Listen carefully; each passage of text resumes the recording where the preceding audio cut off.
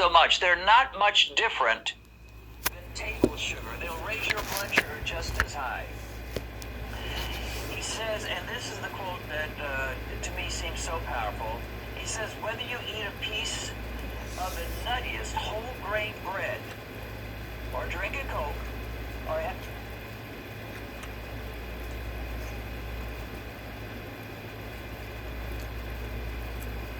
Come on, man.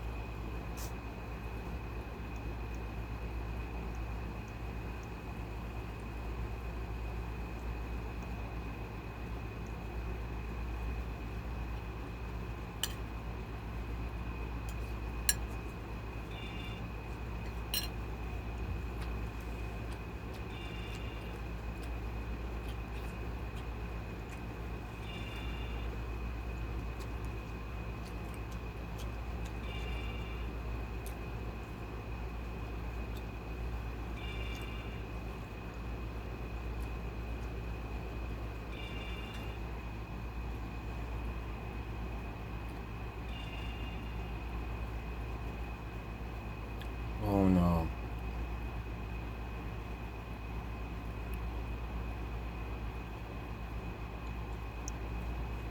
What do you think about insulin? Is it our friend or our foe?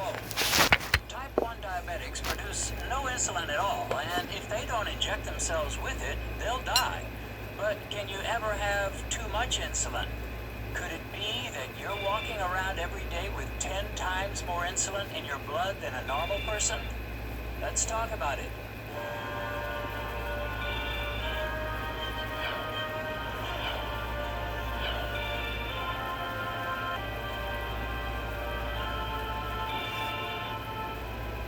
From this point and throughout the month of November 2019, my publisher is having a special sale on an ebook version of my books, 60 Ways to Lower Your Blood Sugar, and you can achieve normal blood sugar.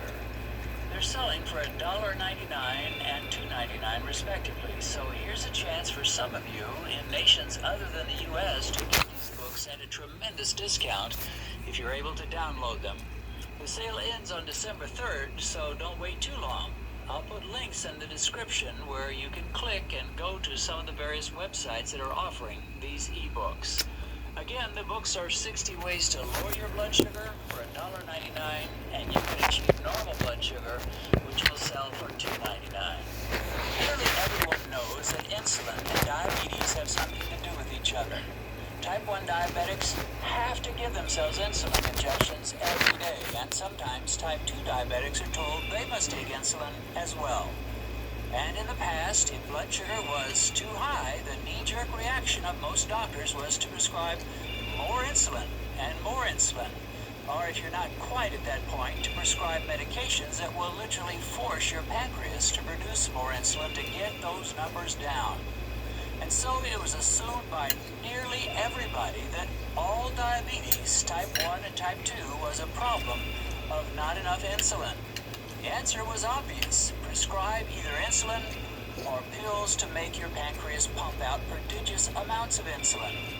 Of course, the time would eventually come that even all of this insulin couldn't keep up with your rising blood sugar, and so it was further assumed that this was just the natural progression of diabetes. You take pills or you take insulin for the rest of your days, and eventually they don't do much anymore, and then you die.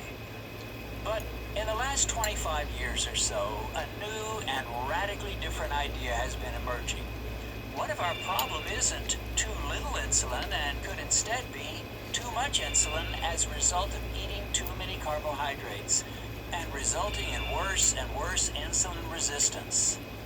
These days, the most popular doctor, author, and lecturer promoting this idea is a Canadian, Dr. Jason Fung. He dares to suggest that for the type 1 diabetic, insulin can indeed save and lengthen life. But he says for the type 2 diabetic, excess insulin may be more of a problem than a solution.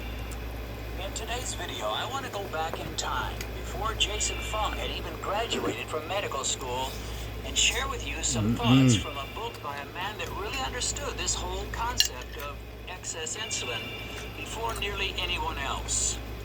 Now, when I was battling with runaway blood sugar in 2001 and 2002, there was no YouTube. Yeah. Now, I know that's totally unthinkable to some of you Yeah, younger folks, very good. but it's true. I'm loving it. All I could do to try to figure out what was going on in my body, besides test my glucose, was to read books. And of all the books I read, none made more sense and had a greater impact on me than this little book right here, which is my original copy from those days. It's called Protein Power, and it's written by a married couple, Michael and Mary Eads, who are both doctors. Now, some of you may be a little bit leery of the title Protein Power. Today, nearly all the low-carb doctors and nutritionists encourage a high-fat diet, not a high-protein diet. And I would agree, although I don't really monitor my macros nearly as carefully as many do. But most of the low-carb world would probably agree today that the idea of promoting protein over fat wasn't really the best. But the book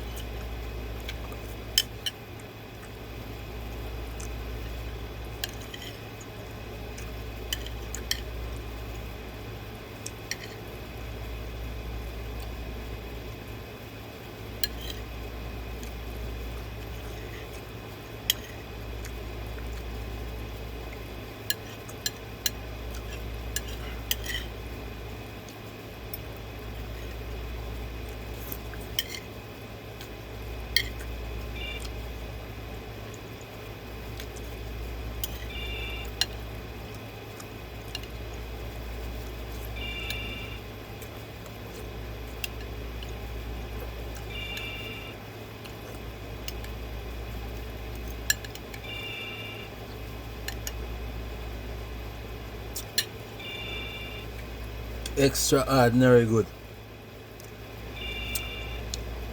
Pure vegetables, avocado,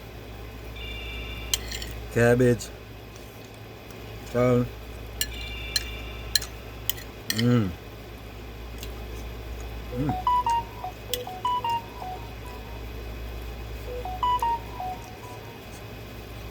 has really very little to say about protein, considering its title.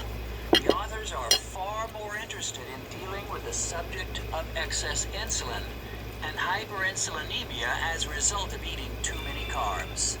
And in that respect, they are dead on. Even though the book was written almost 25 years ago, it's as current as today's news. In fact, when I read all that they say about insulin, excess insulin, and hyperinsulinemia, it so perfectly matches with what Dr. Jason Fung is saying these days, I cannot help but guess that Fung read the book at some point and was powerfully influenced by it. Now, whether he did or not, I surely can't say, but I can confess this much. This book was a major influence in my life. If you were to look at the pages of this book, you would find all kinds of markings, blue marks, red marks, underlined sentences, and circled paragraphs. Without a doubt, I marked up this book more than any other book I read on the subject of diabetes. I can't possibly give you a full-scale presentation about the book. You can buy it yourself and read it. But in this video, I want to share a few of their quotes, especially about insulin, and give you an idea of the heart of what they're saying. Now, even though Michael and his wife, Mary, are co-authors, for simplicity's sake, I'll just use Michael's name when I refer to the author. Okay, let's get started. You don't have to read very far before you figure out what this book is going to emphasize. In the introduction, Michael states, "We knew, as does every doctor, that the immediate effect of carbohydrate consumption is increased blood glucose been an increased insulin level. As we studied the medical literature, we found that researchers the world over were finding elevated insulin levels associated with obesity, heart disease, high blood pressure, and diabetes.